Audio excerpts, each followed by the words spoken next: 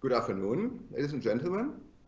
Welcome to our webinar, Energy Storage Opportunities in Finland.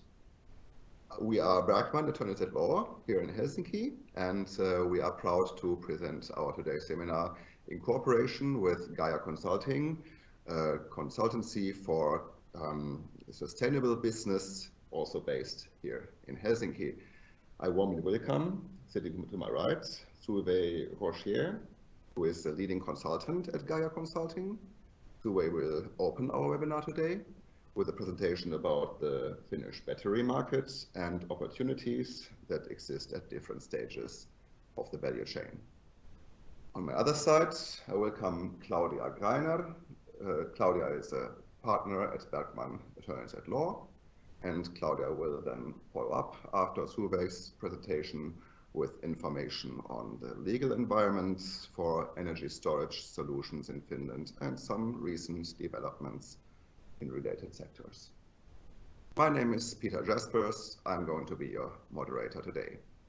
Before we start, I would like to draw your attention to our question and answer function. If you're looking at your browser window or your Teams client, whatever you are using, you should see on the right side a little window giving you the opportunity to type in chat questions, which we are then going to see, and we are going to try to address these questions during our webinar, time permitting, or if we have too little time, then at least after the webinar. So you make us very happy if you make good use of that opportunity in order to give us a good discussion. Okay then, it's time to begin. We are looking forward to hearing about battery markets from Solveig Roschier of Gaia Consulting. Solveig, please. Thank you, Peter. It's a pleasure for me to have the opportunity to talk to you on this webinar about batteries and energy storage ecosystems in Finland.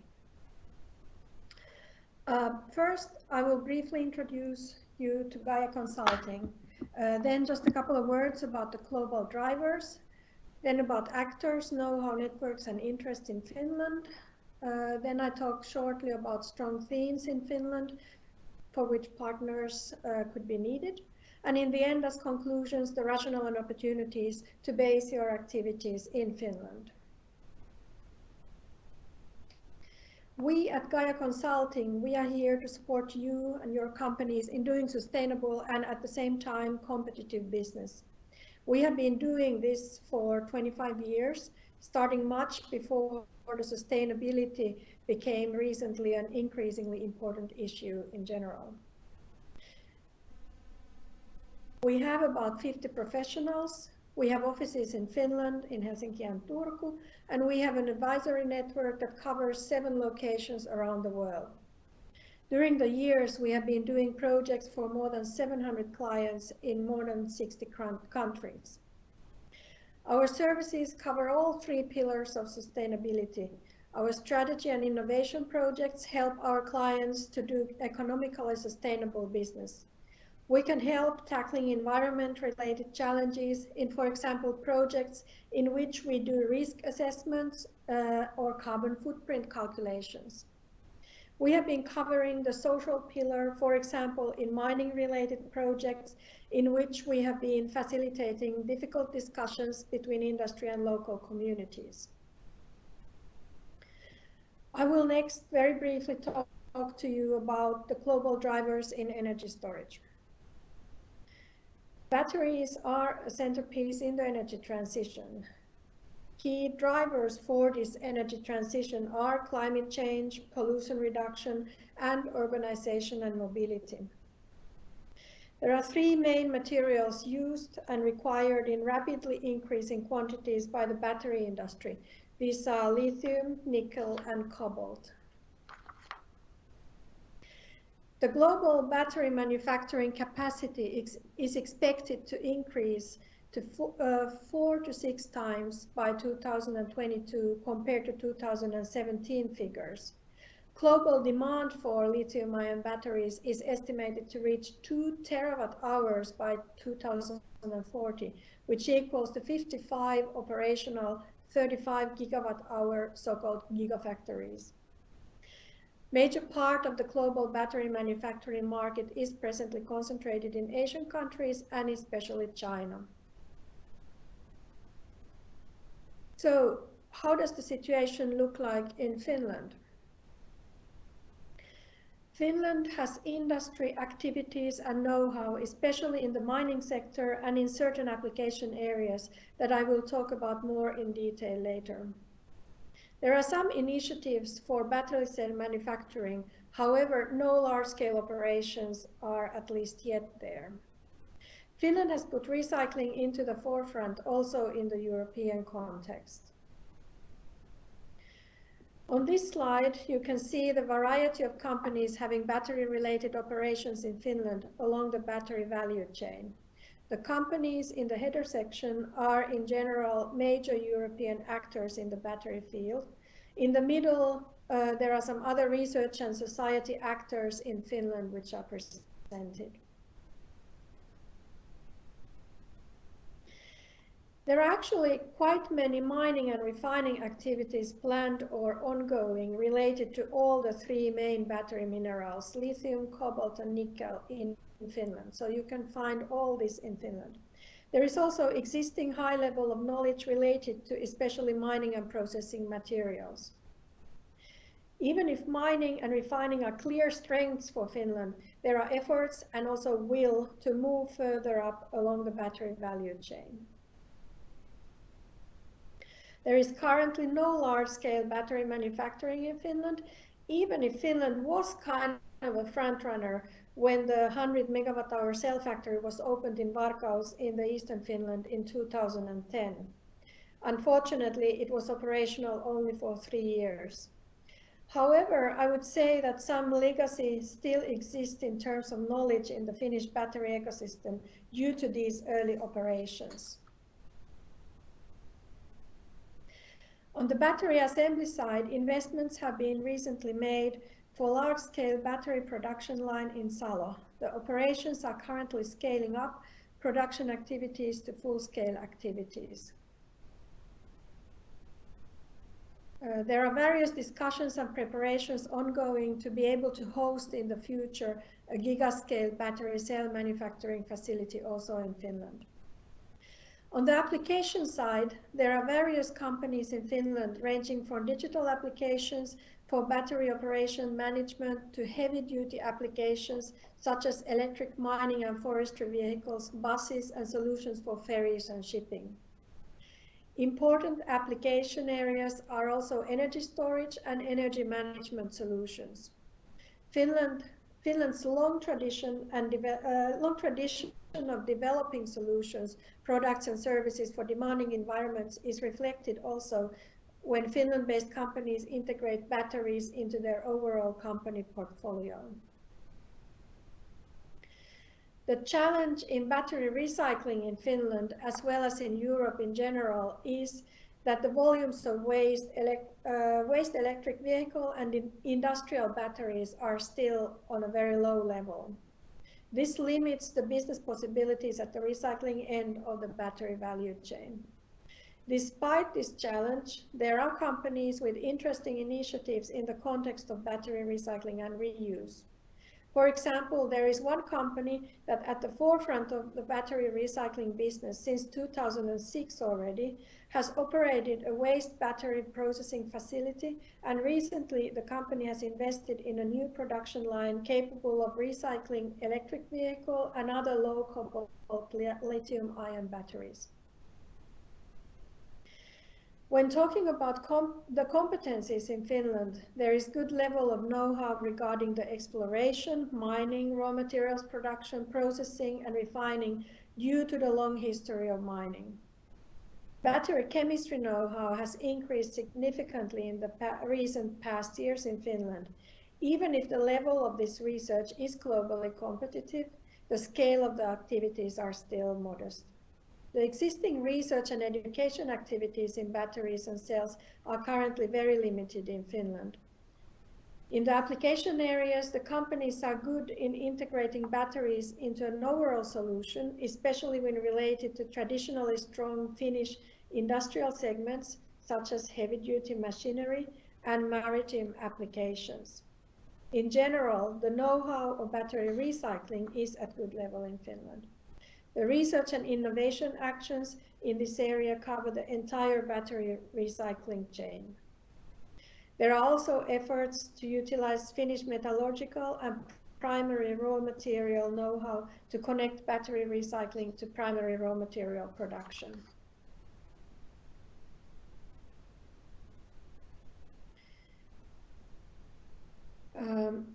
The European Commission has also acknowledged the recycling know-how in Finland by inviting Finland to coordinate the research on battery recycling in the European level initiative. So, what are the strong themes in Finland for which partners are actually needed? First of them is applications for harsh use, where key issues are product development, life cycle design and modeling, as well as developing chemistries for harsh environments. Partners for this theme are needed across the entire value chain. Second is battery raw materials and chemicals, where key issues are securing access to raw materials supply within the EU and gaining sustainability and resource efficiency through utilizing industrial side streams. Partners are needed especially for climbing up the value chain and for gaining a competitive vertically integrated ecosystem. The third strong theme is battery system engineering, in which digitalization is the key word. Partners are needed, for example, for system-level integration and for manufacturing and assembly for various application areas. Fourth theme is battery safety, which is an imperative issue cross-cutting everything related to batteries. This issue should be integrated to all networks and activities, for example, also on the European level. The fifth theme is large-scale recycling, for which key issues are recycling of critical materials, related business models, and needed frameworks. Large-scale recycling requires large capex and hence financially strong partners. The sixth and the last theme is traceability, which is tightly linked to the green battery concept. Main issues are materials tracing along the value chain and collecting information on environmental footprint and social acceptance, but also traceability of transportation and storage are important. European industry forerunners for sustainability are needed as partners, as well as IT companies and SMEs to provide suitable digital solutions. In this theme, it is very important that all players in the global value chain are committed to the concept. So, as a conclusion, why Finland? Besides these nice issues that you see on the slide here, I would say that there are significant battery mineral deposits in Finland and strong competence in mining. There is potential for advantage of having battery chemicals production close to raw materials. There is clean energy available at low price. There is strong competence in automation. There is know-how and solid track record in harsh environment solutions, automation, and digital technologies. And last but not least, there are strong R&D activities and know-how in recycling technologies and circular economy. So you are more than welcome to come and join the already Finland-based actors to develop the operations towards a Nordic green smart battery further in Finland. Thank you. Thank you, Solveig. That was very interesting. I would like to still present you with a couple of questions. We have one from the audience and one comes from me then still. The question from the audience is pretty specific, but I maybe would like to widen it a little. I mean, the question is here, what does Wärtsilä do in terms of battery recycling?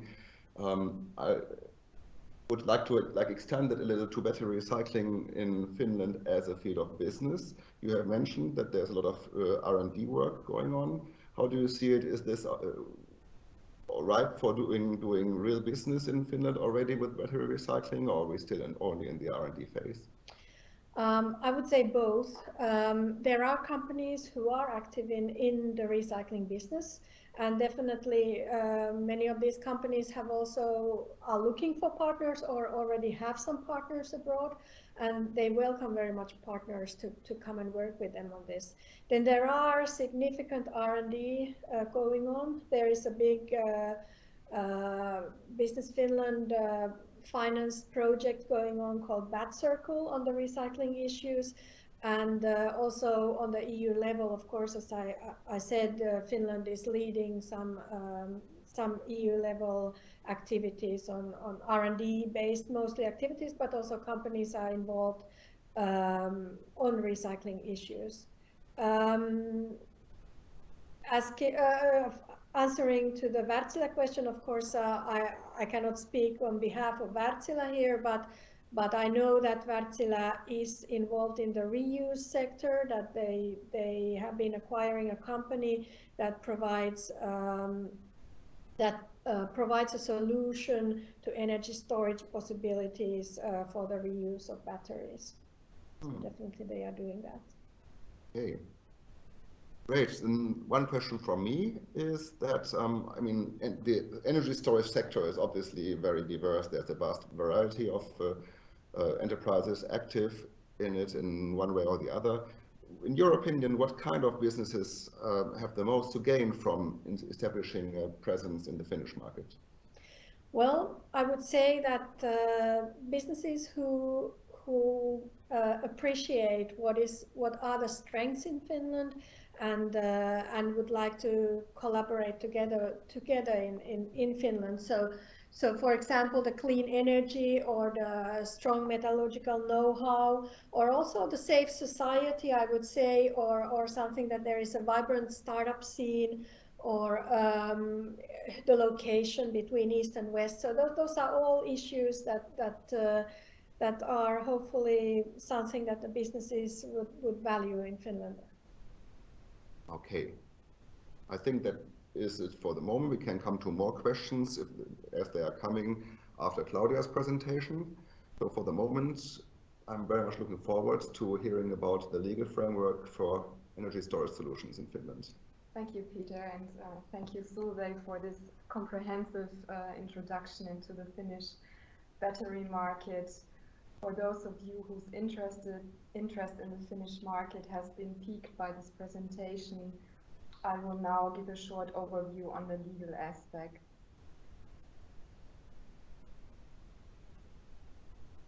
But before I do so, allow me also a few words about our firm, Bergmann Attorneys at Law. We are a boutique law firm here in Helsinki with a focus on construction, energy and infrastructure.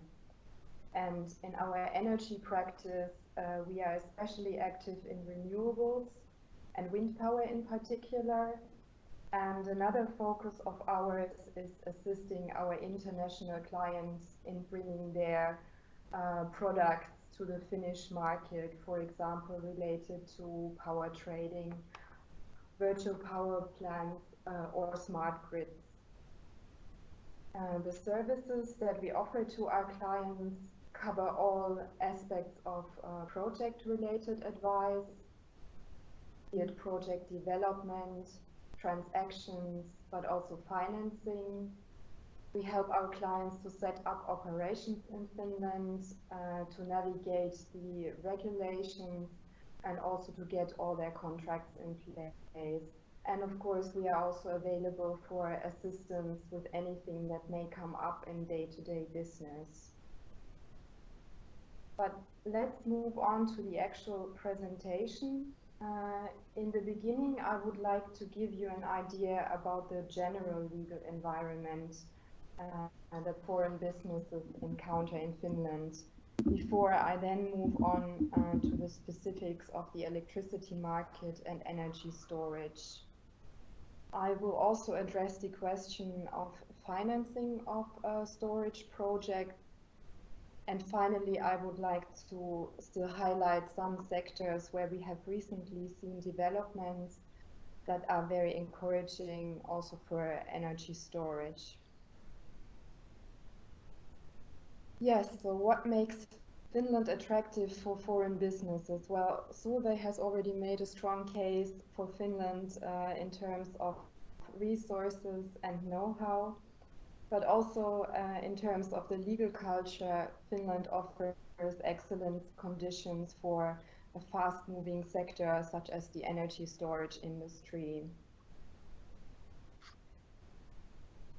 First of all, of course, Finland has a very stable political environment and one that actively promotes clean energy and innovation. The new government has just published its program a week ago, and I think it's safe to say that in terms of climate goals, this is one of the most ambitious worldwide. The aim is for Finland to be carbon neutral by 2035 and carbon negative soon after that. And some measures in achieving that goal are a complete overhaul of energy taxation, electrification of the heat and transport sector, managing transmission costs, to name only a few. And also the promotion of energy storage is explicitly addressed in the government program. One factor that enables innovations in Finland is the low bureaucracy. It is very easy to approach authorities, grid operators and other stakeholders and to receive guidance and practical advice. This is, of course, especially valuable in a sector where technology is typically always developing faster than regulation. Some of the uncertainties can here be mitigated by a close cooperation with the authorities. The threshold for piloting new concepts is also quite low. Finns are in general very open for testing out new concepts rather than trying to figure out every last implication on the drawing board. And that is also in line with the general attitude that you will encounter here. Finns typically focus more on the potential benefits of new technologies and less on possible drawbacks and obstacles. Establishing a business in Finland is very straightforward. You can have a new company up and running easily within a matter of few weeks. And then finally, Finland is closely integrated into the Nordic power market, which means that it benefits from trading options across border, but also from a quite extensive cooperation within the Nordic area in terms of policy making. And that also leads us to the next topic, namely the framework for the electricity market and energy storage. As I mentioned, Finland is part of the common Nordic and Baltic wholesale market, which is divided into different price zones in accordance with the physical transmission capacity. The central trading center is Nord Pool, where about 80% of the electricity in the Nordics is traded. As of today, you can already participate in intraday trading within 13 countries. That includes, for example, the UK, Germany, France, and some other countries in Central Europe. And in fact, the day-ahead markets will also soon be extended to Central Europe. The launch is currently planned still for June of this year. Grid operation. We have one transmission grid operator, Fingrid. In addition, we have 12 regional networks and approximately 80 distribution networks. And Finland has direct links to its neighbor countries, who then again have links to Central Europe as well. One possible source of revenues for energy storages are the reserve and balanced power markets, where FinGrid procures different kinds of reserves in order to keep the grid stable. These kind of reserves can be provided by production, consumption, but also by storage units that are able to react quickly to imbalances in the grid. And I want to give you just a rough overview on the different kind of categories. One category are frequency containment reserves that are used for the constant control of frequency during normal operation and in case of disturbances. FinGrid procures these kind of reserves in annual markets and in hourly markets. And reserve holders can place their bids either in an annual auction that is organized in autumn of each year, or then daily for the hours of the next day. And those reserve owners whose bids are accepted receive a fixed capacity fee as a compensation for maintaining the reserve. The amount is based on the highest bid that is accepted for the year or for the hour in question. And in case of the frequency containment for normal operation, an additional energy fee is paid if the reserve is activated. And then a second category of reserves are the frequency restoration reserves that are used to return frequency to its normal state. There are automatic and manual reserves. Automatic reserves are traded in hourly markets.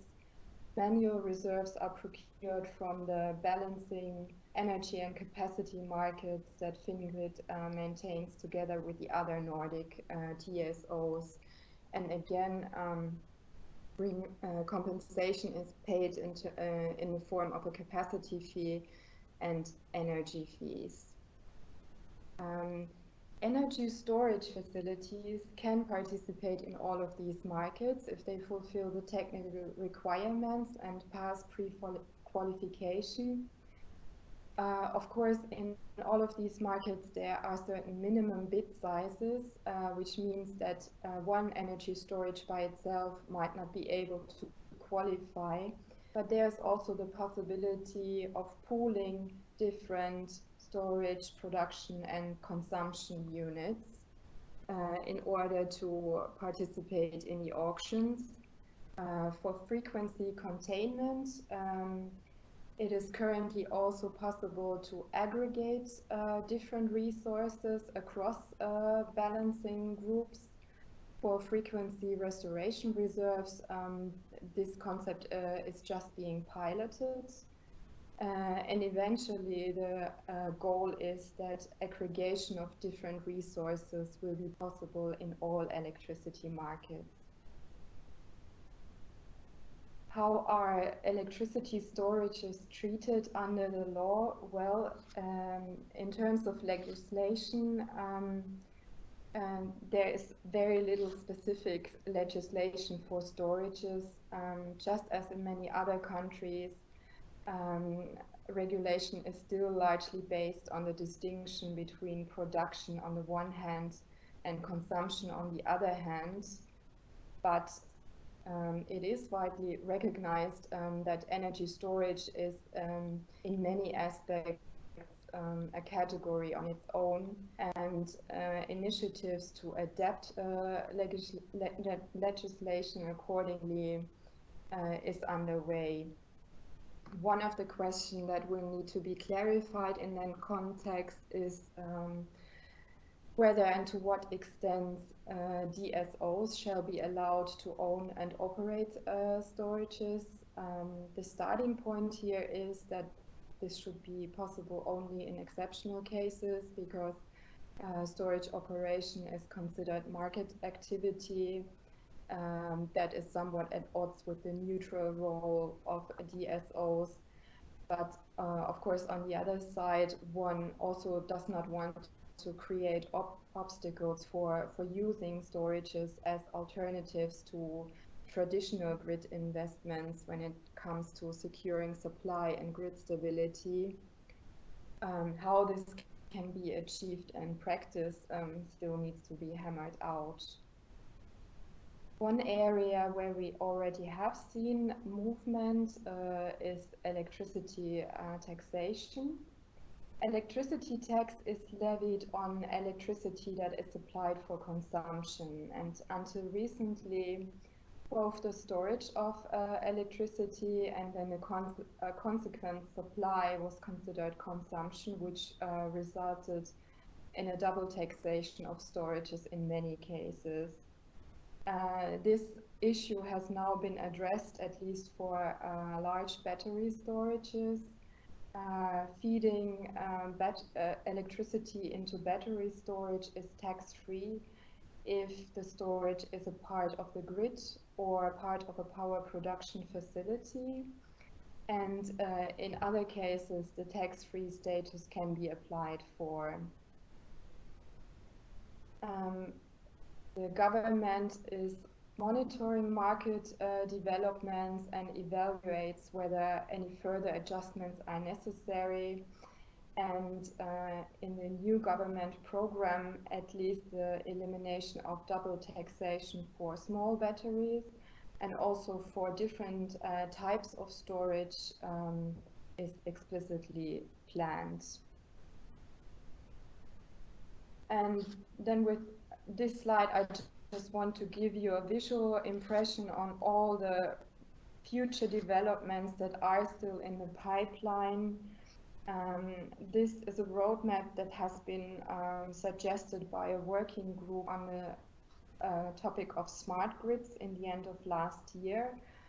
As you can see, there's quite a lot going on, and this doesn't even include all the plans that have been suggested in the new government program.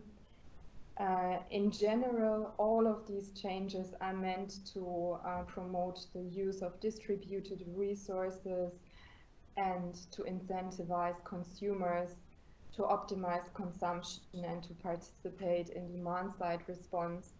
And needless to say, energy storage will play a large role here.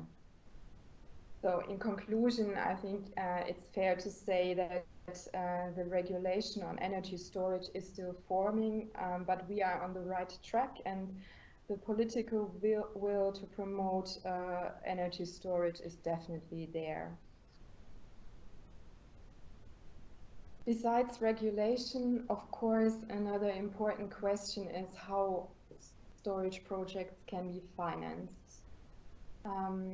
First of all, your project may be able to benefit from one of the public support options that are available. And I can by no means give you an exhaustive list of the possibilities here, but I would just like to highlight the Energy Aid program, which is aimed at promoting the production or use of renewable energy, energy savings or efficiency, or otherwise a low carbon system. Energy aid can be granted to investments, but also to investigation projects. And those projects who have been accepted into the scheme can recover a share of their costs. The size of this share depends on the specifics of the project. In addition to that, we have a great variety of specific programs that are administered by Business Finland for specific goals and target groups, such, for example, smart energy, batteries, and so on. Business Finland, of course, is also in general an excellent point of contact if you want to find out what kind of support might be available to you. Larger scale projects may depend on bank financing. Therefore, I would also like to say a few words about project financing. Project financing in the sense of non-recourse financing is still comparatively new in Finland, and Finnish banks take a rather conservative approach, which means means that project financing is quite often provided by foreign banks. The most important precondition for receiving project financing is, of course, a solid financial model that gives the bank comfort that you will be able to repay your debt as agreed. And this is somewhat challenging for standalone energy projects. For example, projects that only rely on revenues from the reserve markets, because these types of revenues are notoriously difficult to model. The situation already looks different if the energy storage is part of a larger project, and it can be shown that there's a measurable impact on the overall economics of the project. And in fact, we are starting to see these integrated solutions on the Finnish market, which also leads me to my last topic, namely some developments that we have lately seen in related sectors and that are relevant in terms of storage as well. One sector that is very close to our heart is the wind power sector. Finnish wind power is still comparatively young. Commercial wind power only developed within the last decade, where quite a lot of development was triggered by a lucrative feed-in tariff, which has now been phased out. However, we have now already reached a point where more and more projects can be realized entirely without public support, but according to market terms. The most common model for securing revenues are long-term power purchase agreements with corporate off-takers, the so-called corporate PPAs. And of course, with the transition to a market-based approach, there comes also an even greater incentive to optimize revenues and to reduce costs. And this is where we see a great potential for storage solutions, as they, of course, first of all, can help to optimize and time power supply into the grid in accordance with the electricity price. Storage can also help to reduce the costs of imbalances which occur in case production deviates from forecasts. And then, of course, finally, participating in reserve markets is a means of generating some additional revenues. And this is not just theory, but we are indeed seeing the first examples of combining wind power and energy storage. Just a few weeks ago, the Finnish wind park developer Tuulivatti announced that they will acquire a 6-megawatt battery storage, which will be built in connection with its Viinamäki wind farm, and which will have an investment value of approximately 3.5 million euros. And then, of course, another promising sector is the commercial and industrial segment, which is, of course, a very large sector. Here again, we have as drivers the intention to reduce costs by timing the purchase of electricity in accordance with the price, and possibly also storing energy from own production, for example, from solar panels. And in addition, there may be additional financial rewards in case buildings can participate in demand-side management. Indeed, we expect quite a big increase in this sector in the future, with the largest growth probably within industrial building. And here I would like to show you one example as well. We have a shopping center Cello in Espoo, where a shopping mall has been basically transferred into a virtual power plant with its own microgrid, a solar panel system, a 2 megawatt energy storage, and also the possibility to charge electric cars. And this is one of the projects that has received funding under the energy aid scheme that I mentioned previously. Yes, and with this example, I would also like to conclude my presentation, but I'm of course happy to answer any questions you may have. Thank you so much, Claudia, for this comprehensive outlook on legal environment and also a bit more than legal environments that energy storage projects are facing in Finland. We have one question from the audience and again one from me.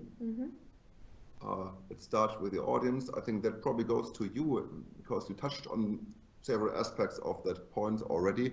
What are the revenues available for battery-based projects connected to the grid? So where can someone who has a battery put it to the grid can actually get money from? Well, as I mentioned, the source for revenues for batteries that are connected to the grid are in the first place the reserve power markets. And in terms of amounts and prices, I would maybe refer you to the webpage of Fingrid. Fingrid maintains very comprehensive information on the current price levels that can be gained in the different reserve power markets in terms of capacity fees for maintaining reserves and energy fees in case of activating these reserves. Okay. One question from me. I mean, just in the end of your presentation, we looked at one example from the consumer side where energy storage was used in a shopping mall, a commercial application. When we talk about energy consumption in Finland, of course, industrial consumption is a very big issue. We have a very energy intensive industry in Finland. So how do you see the position of energy storage in industrial applications at the moment? Industrial applications are certainly an interesting sector for energy storages as well. Electricity prices are on the rise in Finland, and we are expecting further increases in the future. So that especially energy intensive industries, of course, have an incentive to optimize their costs, and if they are able to time when they purchase electricity and then store it when it's cheap and use it during peak hours, that will probably go a long way in reducing the costs for these kind of industries. And of course, if there's additional revenues from the reserve power markets, that is even more interesting. And indeed, as you mentioned, we have quite a lot of energy intensive industry in Finland. We have paper, chemicals, mining, food industry, and hopefully we will also see more data centers in the future. So far the development has maybe not met expectations, and one of the factors was probably energy tax. But in the new government program, it is planned to reduce the energy tax for data centers to the minimum levels that are allowed. So hopefully we will see some movement here in the future as well. Okay, so there's development happening all the time, and most of the time to the better direction. That is good news. I'm not seeing any more questions from the audience. We will keep the question and answer forum open for a while after this live coverage ends. So if there's still coming to something to your mind, please type it in, or then if it comes to your mind just a bit too late, please drop us a message. You know our contact details. Our contact details will come to the screen in a moment again. And both Gaia Consulting and Bergmann Attorneys at Law will be happy to discuss further with you. These things are very interesting for everyone, for us as well. So please don't hesitate to turn to us. I am getting one more question. Let's see if we can still address that.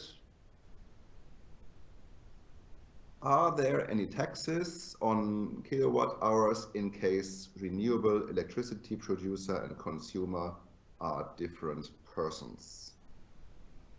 Standalone projects without using the grid net.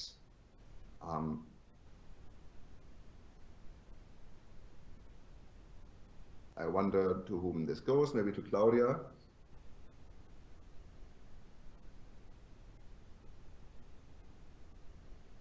Well, I assume that this question concerns off-grid projects. Yes, off-grid. With own production.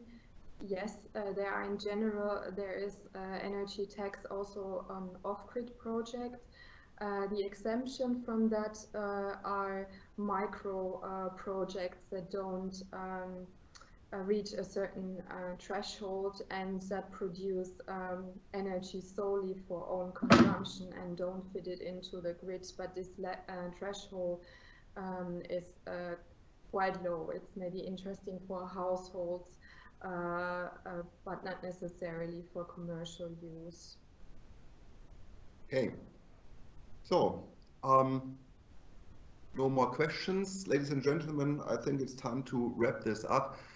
We will be sending the presentations around. There was a lot of stuff on the slides that was not necessarily addressed here in the speeches. So please take a good look at the slides if you are interested.